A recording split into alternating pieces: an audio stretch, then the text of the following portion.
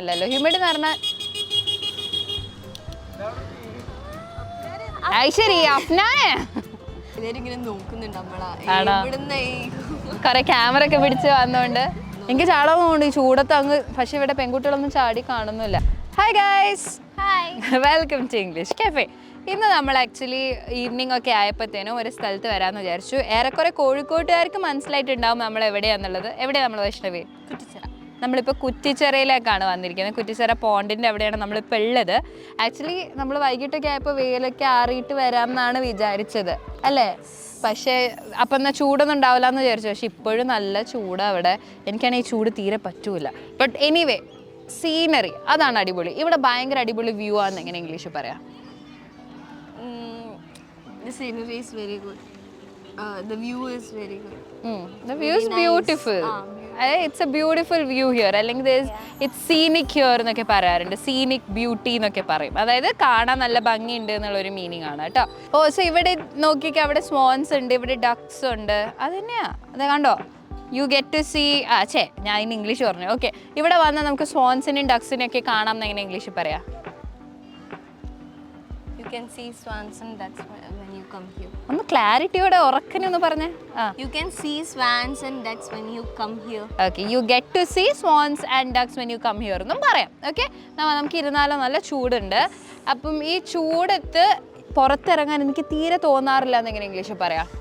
ചൂടത്ത് പുറത്തിറങ്ങാൻ തീരെ തോന്നാറില്ല. I don't like going out in this humid weather.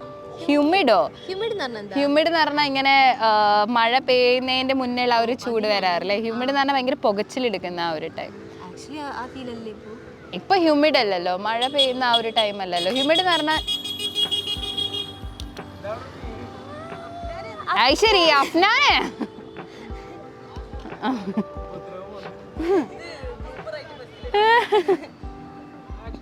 Okay, അത് ബ്ലൂപ്പറായിട്ട് ഫസ്റ്റ് ഇടണം കേട്ടോ.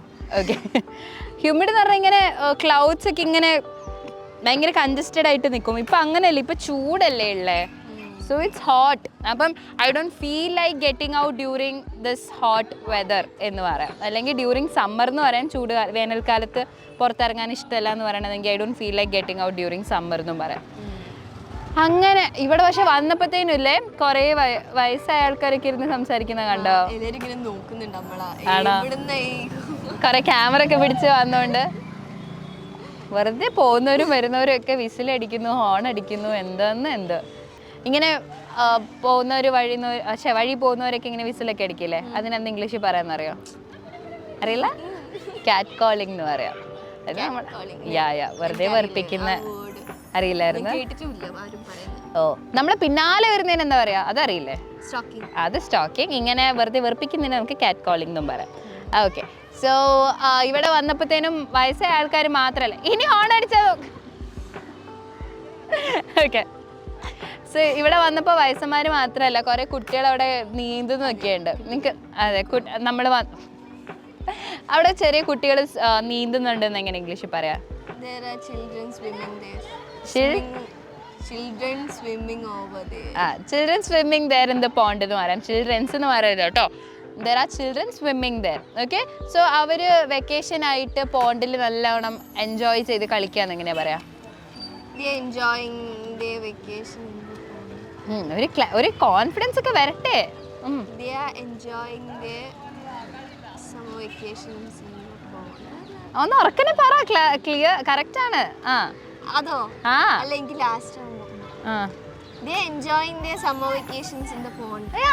by enjoying in the pond അല്ലെങ്കിൽ by having fun in the pond അങ്ങനെയൊക്കെ പറയാം. ഓക്കെ, അങ്ങനെയാണെങ്കിൽ നീ സമ്മർ വെക്കേഷനിൽ എന്തൊക്കെയാ ചെയ്യാറെന്നുള്ളത് നിങ്ങൾ താഴെ ഇംഗ്ലീഷിൽ കോമെന്റ് ചെയ്യാം കേട്ടോ. കുട്ടി ഓൾറെഡി ടയർഡ്. ആദ്യത്തെ വീഡിയോ ആകുമ്പോഴത്തേന് ഇനി എത്രങ്ങാനും വീഡിയോ എടുക്കാനുണ്ട്.